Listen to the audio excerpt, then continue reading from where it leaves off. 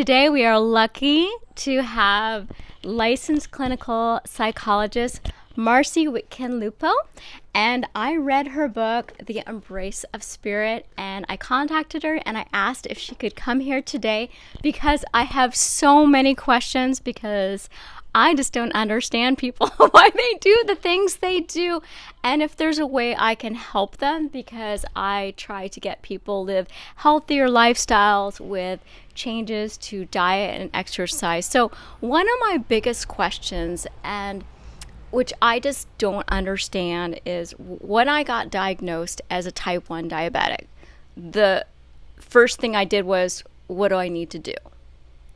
I looked at what the side effects were, and I didn't want to lose my eyesight or my limbs, and I didn't want to get worse. I wanted to get better. And if there was a way for me to reverse type 1 diabetes, I was going to do everything. And they said, you can't. But I researched and I tried all this crazy stuff. And I guess I'm an anomaly. And because Congratulations. because there are people who do nothing. And that's my question to you. What is the difference between someone like me who's very proactive and someone else like a type 2 diabetic? Now, their disease is reversible, and all they need to do is make specific changes, and the information is out there, whereas for me, I have to take medication. So please expand on this. Well, I think that if I were able to say why some people make the choice to be proactive with their health and others don't, I would probably be quite wealthy at this point. Because there's no black and white answer to that. Sure, everyone's different. Yes. But I do think that it's a wonderful gift that we give ourselves if we recognize that there is something that's not working or broken within us, to look and see what we can do naturally, even if we have to take medication, to do it in conjunction with, again, whatever's within our power to bring about the greatest health. But there's definitely something stopping someone. So I think, and you tell me if I'm wrong, I think it may come from their youth. Maybe their parents said, this is the way things are, you can't change it, or this is the way we do things, this is hereditary. Something that's stopping them way ahead of the diagnosis of the disease, that's preventing them from moving forward like I did. Well, absolutely.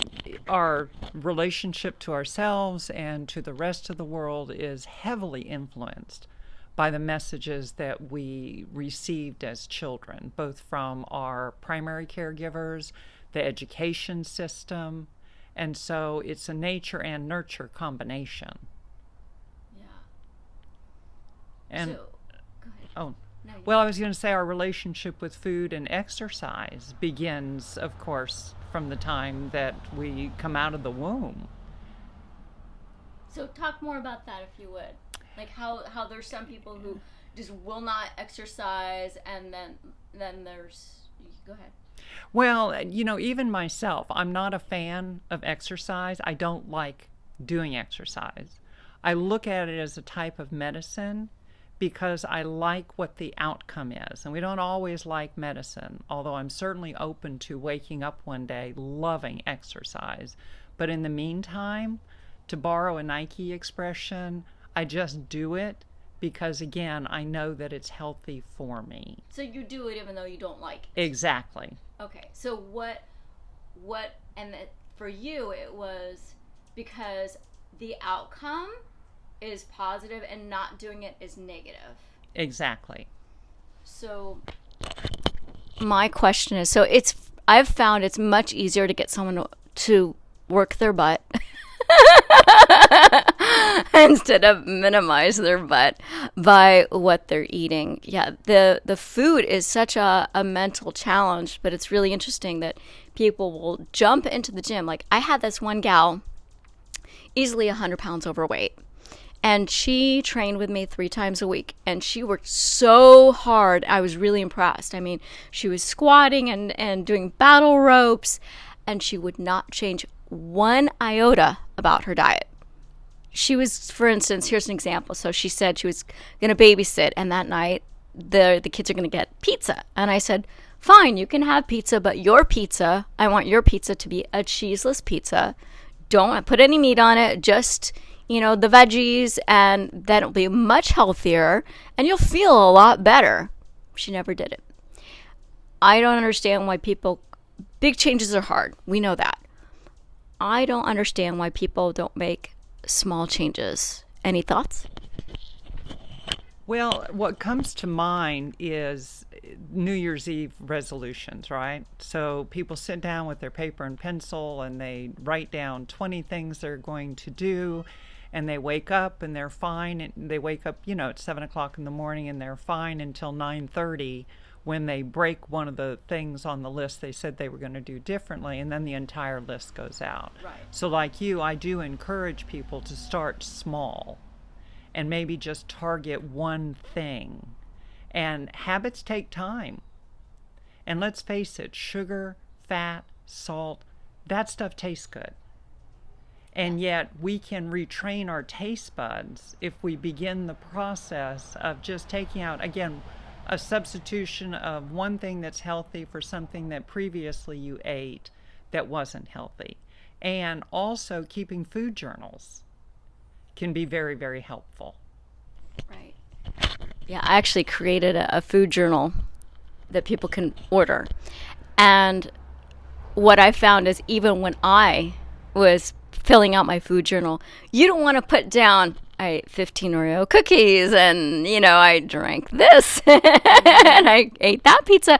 So just by writing it down, it sticks in people's head. They don't want to see their bad habits in writing. Exactly. But people don't want to do it. And I tell people, you need to track your fat intake because you're eating way more fat. And that is the reason why people are fat. It's not just calories, it's fat and the calories, because it's actually easier to burn off carbohydrates, because carbohydrates get burned off as heat, which is pretty interesting. It's very, very different. And so I tell people, go to an app like Chronometer, which is easy to use, super simple. You could even just use your phone and talk into it. Just type, watermelon, then you just click OK. Mm-hmm. But I've had people who won't even do that. They will just completely stop anything and everything. They won't even listen. I could swear it's like I could almost see their hands go to the ears and saying la la la la la. Like they just won't. Anything that is new that they haven't heard before, they don't want to hear, they don't want to listen to. And I don't understand that, because science changes, information gets updated. So everybody knows that. So why won't people listen to something that's different, that's new? I mean, you don't have to believe something the first time you hear it. I mean, most of us don't. I go and I do some searching online, and I find out who else is saying this. Are these other people credible? So why do some people proactively look at this new data instead of just refuting it outright? Well, I think sometimes denial comes into play in terms of, it might happen to somebody else, a poor diet, or being told they should add something or omit something else. Well, but I've been doing it and it's really okay. And whatever bad outcome, it's going to happen to other people, but it's not going to happen to me. But this is where it's so the people that I talk to, almost everybody I talk to, they're in trouble. They have a diagnosis of a disease, and they are usually taking a medication for that disease. And those medications have side effects, and everybody knows that there's side effects, and they feel the side effects. They feel terrible, or they have to take more and more medication to counteract those side effects. So it's not that they're unaware or that they're already healthy. They already have problems. and these problems are making them miserable, but they're not making miserable enough to make that. a change. That might be it. Yeah. Yeah. Sometimes, I like to say our deeper, wiser self will start out as a whisper to get our attention that something is out of balance, but it has no problem biting us in the tushy also if we continue with the unhelpful behaviors. It's like being told that your cholesterol is too high, you're overweight, and that you're at risk for having heart disease if you don't make some changes. That there's some people who are going to jump on that and begin making the changes immediately, and other people who seem to need to have the heart attack to really have a wake-up call. And sometimes they'll have the heart attack and still not get the wake-up call. Right. So change is hard. what is the difference? What between the two people? Do we know? No. No. No. I want to know. Yeah. But change is hard, and follow through on behavioral programs. The numbers aren't great. Right. Yeah, because I just wish there was a little trick, a phrase, something that I could glean to get the people that really need my help to take those steps. I mean, I know so many people, more and more people are getting cancer, more and more women are getting breast cancer, and it's so upsetting. And I want to say, okay, now maybe you'll listen to me. And most of the time, they don't want to listen. They want to get the surgery. I don't understand that. Like, you want to go under the knife, be brutalized and possibly deformed when you can just make some little changes here and there to your lifestyle. And people don't want to hear it. And I even have data to show them. They won't look at it. They won't look at it. They won't listen to it. I don't understand that. I mean, I have another gentleman. He's got so many diagnoses of so many heart disease, diabetes, that some of the things I've never even heard of. He's hospitalized every few months. He's in really, really bad shape. And I told him, you're going to die. You continue this path, you're going to die. And he read my book. He loved my book. And it talks about, how to reverse disease, what foods are causing this, what lifestyle activities are causing this. Sleep's really important too. Oh, absolutely. I mean, you're going to go a little bit crazy if you don't get enough sleep. It's a form of torture. One of the worst things that you can do to somebody in a prison setting is to put them in isolation. And if you're kept away from people enough, it can actually make you crazy. We know in terms of torture, sleep deprivation is the favorite tactic, because again, if you deny somebody enough sleep, you can make them psychotic. Right, for sure. Yeah, I would feel a little crazy when I was working for other people, and when I wouldn't get enough sleep, I was so upset and stressed, and it's it's not fair. I can't do my job. I have to get up at 5 a.m. to get to work at 8 with the traffic and the whole thing. But I just wish there was a way that people could be more open-minded. And there's some people that are very open-minded, some people that are too open-minded, where they believe in conspiracy theories. So, I read, I don't know if you've read the China Study by Colin T. Campbell. Excellent book. It talks about how he worked for the NIH, the National Institutes of Health, as a researcher. And he was sent all over the world to find out, how we could help people. For instance, there are nutritional deficiencies, and he was looking into protein deficiency. Well, what that is actually someone who's just not eating enough calories. Because other than that, if you are eating enough calories, you are getting enough protein. But what he found was the more protein one consumes, the higher the risk of disease and cancer. So based on his studies, he determined that the maximum protein intake one should eat to prevent disease would be no more than 10% of one's diet. And our diets are extremely high in protein. But it's not just protein, it's the animal protein. Because with the animal protein comes with the saturated fats, and it's got growth hormones, and the worst of the animal proteins is dairy. It's actually the casein, which is the milk protein. And it seems like that is what's driving the breast cancer. And I tell women, do not eat, drink, especially cheese. Don't consume dairy. And if you have cancer, my goodness, get it out. And I spoke to this one woman, and she was diagnosed with cancer, and I explained, how so dairy can trigger cancer. And her response was, well, I have only a little bit of dairy. And I thought, and what does a little bit look like? But I was thinking, that was not the response I expected. I was expecting someone to say, oh my goodness, holy cow, thanks for telling me. I'm not going to eat that anymore. That would be in my head.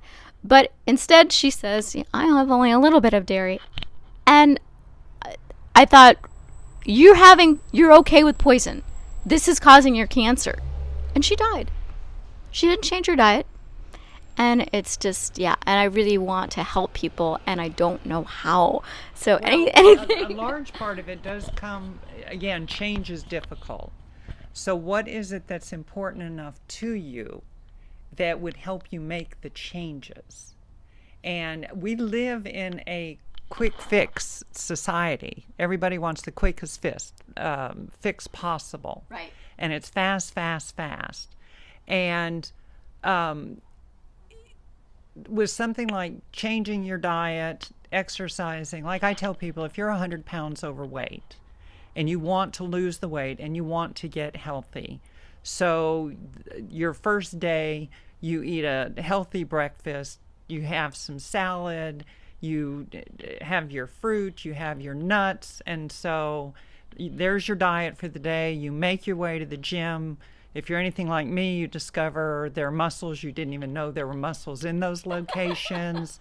You hurt the next day because those muscles were unaccustomed to being worked out. Now, when you get on the scale that first day, are you going to notice any difference? No, your exactly. weight will actually be probably higher because your body's trying to repair the damage, so you have more fluid. And so, but here we've sacrificed. I gave up the burger and French fries with my Coca-Cola to have a salad instead. I spent, 30 minutes at the gym instead of watching my favorite TV program. And there's no gratification for that because, again, we want to see instant results. Right.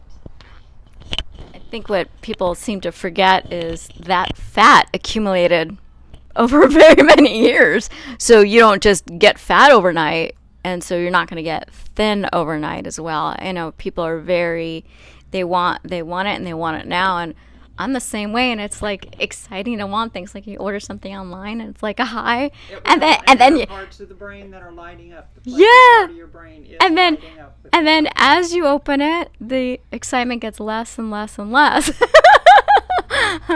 But and then there's something really interesting. So it's a different topic, but people have different belief systems, and they will repress certain memories. But I've heard of people, they will go to a psychologist or psychiatrist, and they discovered that they were abused when they were younger. So I can understand someone not wanting to remember that, but can somebody put a thought in somebody's head that they were abused and they weren't? Does that absolutely really? So that happens. One of the reasons I trained in hypnotherapy, but I do not work with anybody using hypnosis to recall childhood memories. I come from a space that your deeper, wiser self will give you that information. If it's in fact there, will give you the information when it's time for you to deal with it, when you're in a place to deal with it. That even the best, most well-meaning therapist can accidentally pace and lead someone. And when you're under hypnosis, what you're experiencing can be even more intense than just something that pops in your mind when you're not under hypnosis. So can they only be, I'm going to use the word coerced into believing something that was true that wasn't under hypnotherapy? Or can that thought be put in their head when they're awake and still believe it? Oh, absolutely. And even for ourselves, there's a fascinating process that if we tell ourselves a lie often enough, We'll believe it. Then we come to believe it to be true. That's interesting. Yeah. And that's why it can be a little crazy making for, say, people who grew up in an abusive household. And the siblings are all in agreement that, yes, this abuse occurred. And the mother's like, no, I never beat you. Huh. And she's told herself that enough that the crazy making for people on the outside listening to that is like, wait a minute, there are 3 or 4 of us saying it happened. And the person at that point really has convinced themselves that they never did that. So they brainwash themselves. They brainwash themselves. All right, so then we got to figure out how we can use that tactic to get people to do things that make their lives healthier and better. Well, part of that comes down to why do you want a healthier life? Why do you want to be healthier physically? Why do you want to be healthier psychologically? I tend to be more of a carrot than a stick kind of person. So what are those carrots that you're looking for in the long run? And then what's the roadmap that we can do to help you get there most efficiently?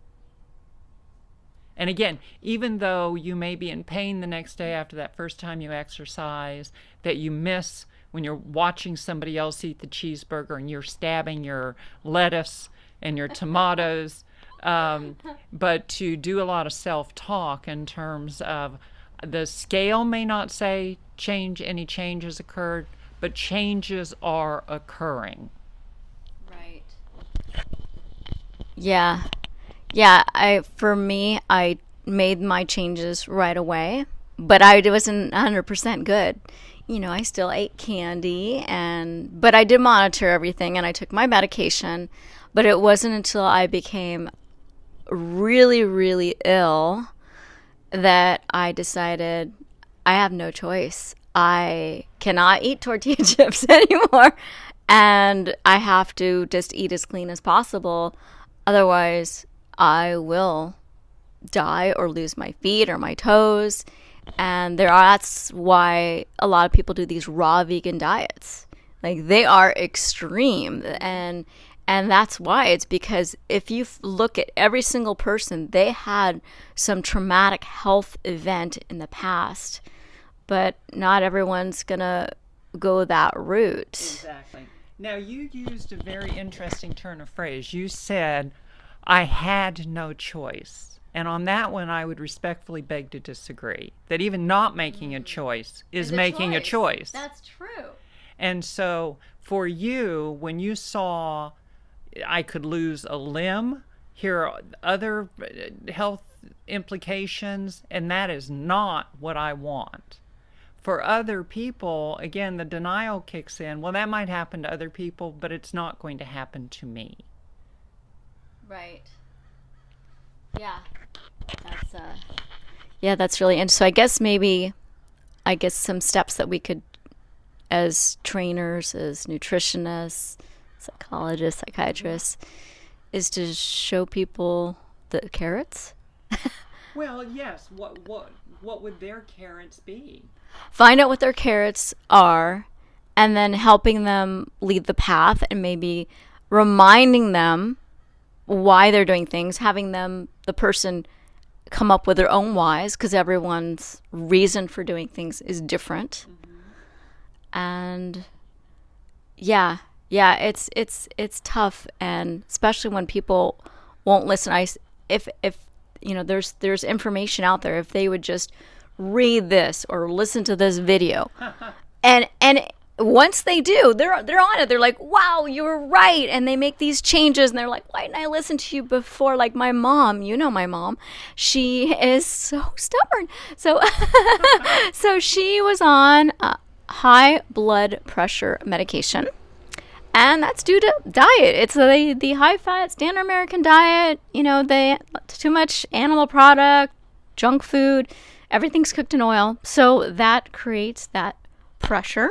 And she was taking the medication, and she was in pain. She was in muscle pain. So when she would do any exercise, even if she did no exercise, her muscles would hurt.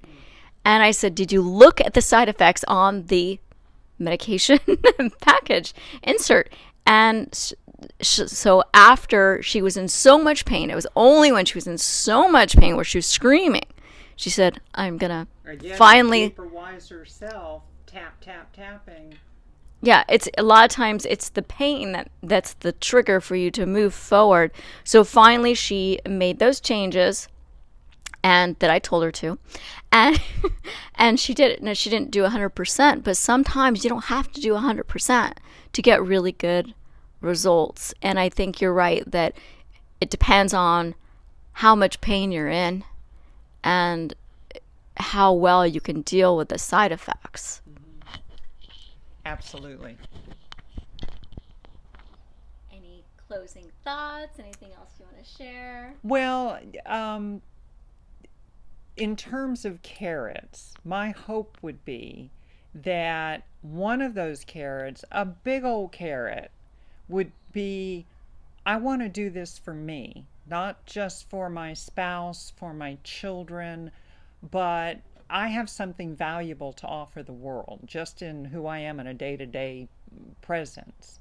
And so that your life has value, your life has meaning. And so that my prayer would be that a large part of the motivation is that I'm worth it. Now, in terms of also making changes, it can be a challenge if you are in a situation where maybe you've got a spouse or a significant other, and you've got children, and you all have been accustomed to eating, fast food or not particularly healthy food, throwing some burgers and steaks on the grill, and having a cheese platter as an appetizer, and all of a sudden now I'm changing my diet, and so it can be a challenge if you're still making food for them, or you can get pushback. Well, okay, you're sick, but why does that mean I need to suffer? And so those can be stumbling blocks as well. You're absolutely right. Really, the whole family needs to get involved when someone's ill, and you need to support them. And so I know this couple, husband and wife, and he's very overweight and not doing so good, and she's this thin, beautiful thing, and she can have the snacks and the chips and the cookies in the house because she's good. She can have one a day. He won't have one a day. He'll have 15 of everything.